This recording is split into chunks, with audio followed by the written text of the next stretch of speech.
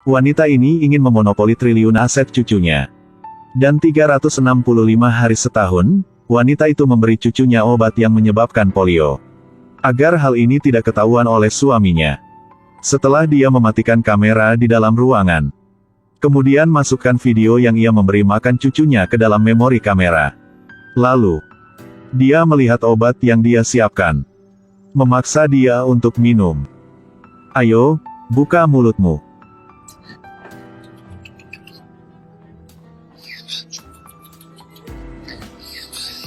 Dan hal-hal seperti ini, Chamre harus dialami sekali setiap hari. Sebagai pewaris kekayaan lebih dari triliunan, Chamre selalu ingin balas dendam. 10 tahun yang lalu, ayah Chamre dibunuh oleh musuh. Tunggu sampai paman Chamre berlari ke rumah Chamre. Ayahnya kehabisan nafas. Meninggalkan Chamre saat bocah masih lugu dan jahil. Sebelum meninggal, ayah Chamre mempercayakan semua miliknya dan Chamre. Untuk adiknya adalah Rega mengelola. Tapi ketika Chamre masih kecil, kecelakaan tak terduga terjadi. Membuatnya duduk di kursi roda selama 10 tahun terakhir.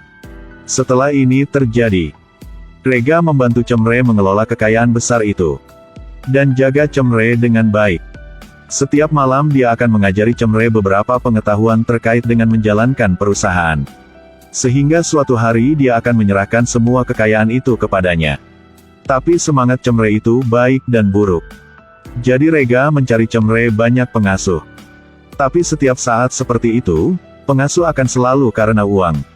Tanpa malu-malu datang di depannya. Lalu dia berpura-pura dilecehkan oleh Chamre. Aku dilecehkan olehnya.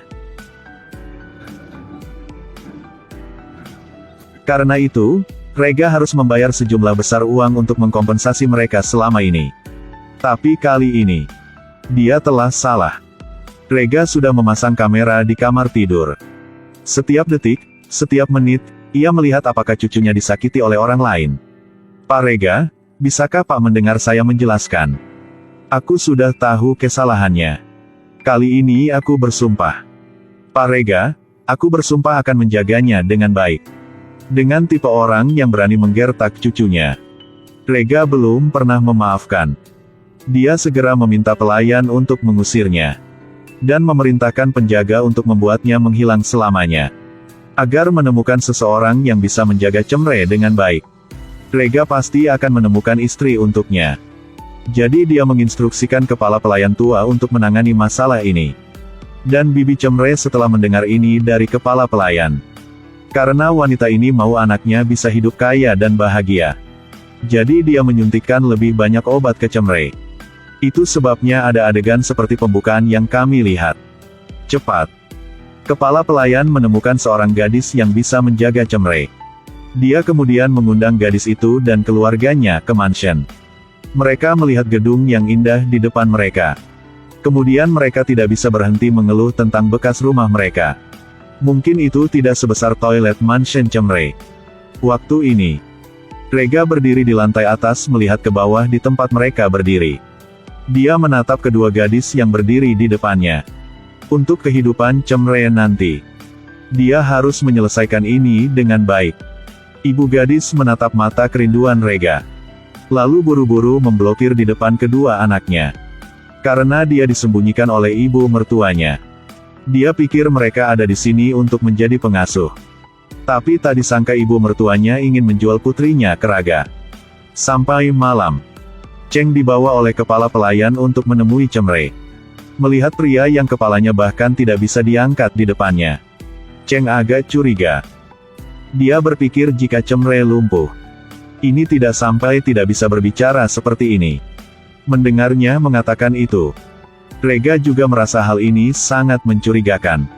Chamre sering dalam keadaan setengah sadar. Cheng segera memeriksa Chamre. Dari dalam dia matanya, dia menduga. Chamre pasti sudah lama minum obat penenang dalam jumlah besar. Sekejap lagi, Rega sangat marah. Dia bersumpah bahwa dia pasti akan mencari tahu siapa yang menyakiti cucunya. Dia kemudian segera menelepon untuk mengatur dokter untuk memeriksa Chamre.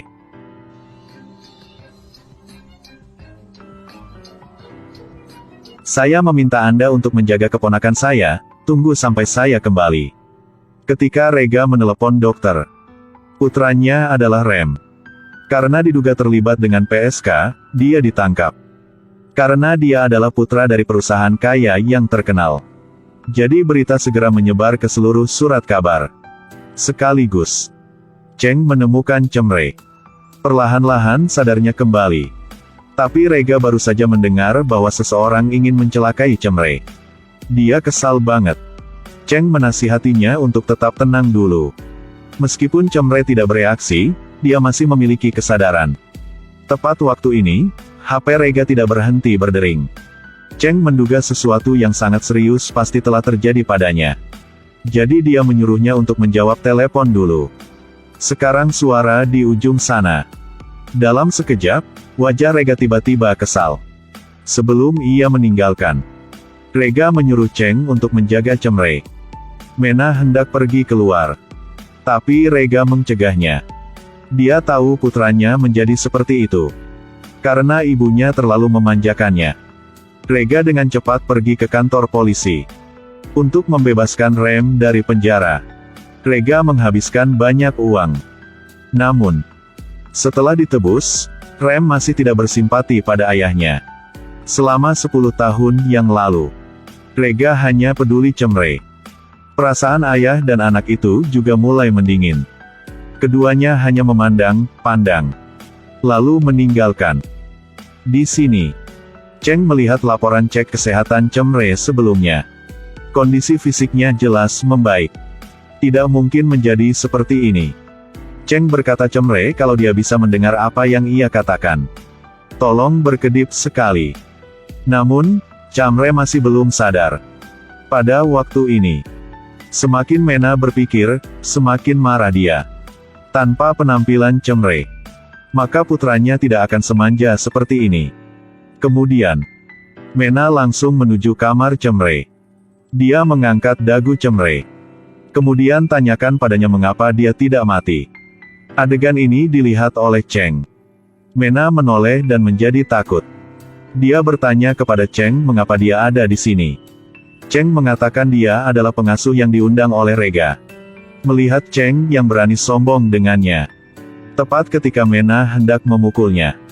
Kemudian kepala pelayan berlari untuk mengumumkan bahwa putranya telah kembali. Tunggu dan lihat saja.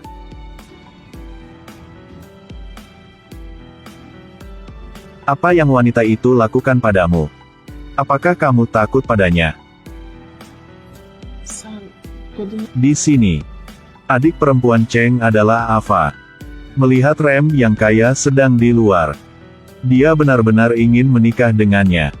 Nenek bilang dia ingin menikah dengan keluarga bangsawan. Maka harus belajar menunggu kesempatan. Pada waktu ini, Eve tidak tahu. Nenek dan Rega melakukan transaksi sebelumnya. Pilih Cheng atau anak perempuannya untuk menikah dengan Cemre. Cheng dengan pengalaman sebagai perawat tentu saja dipilih oleh Rega. Tapi Ava tidak tahu tentang ini. Dia pikir dia akan menikah pria yang kaya. Ava mengambil kesempatan tidak siapapun di sini. Dia diam-diam keluar dari mansion. Semua ini secara kebetulan dilihat oleh Cheng. Dia agak tidak aman. Apa yang akan dilakukan gadis ini? Setelah Cheng menunjukkan hasil tes darah dokter kepada kepala pelayan, dia buru-buru meninggalkan. Tanpa diduga ketika dia baru saja turun. Lalu ia melihat Raga dan putranya berdebat. Rem sedang mengejek ayahnya. Hal ini membuat Raga sangat marah. Lalu dia menamparkan Rem.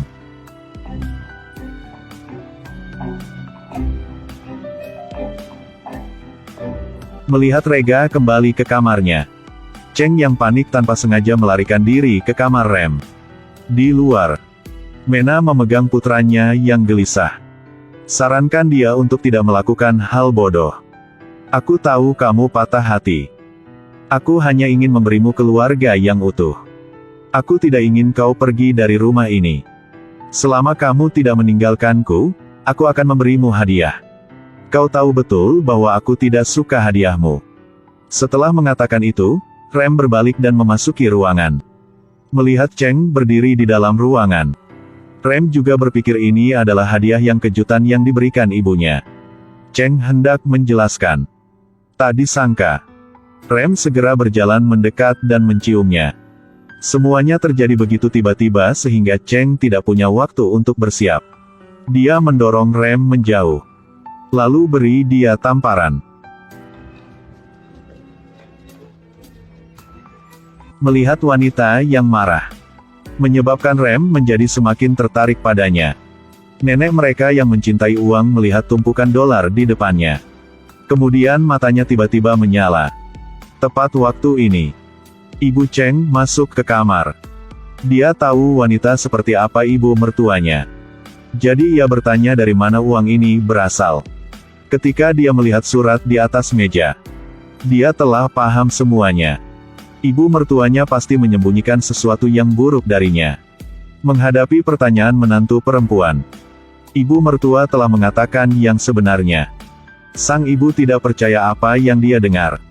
Dia pikir seluruh keluarga ada di sini untuk bertindak sebagai pengasuh. Tapi tak disangka, ibu mertuanya menjual putrinya. Dia marah dan segera mencari Rega.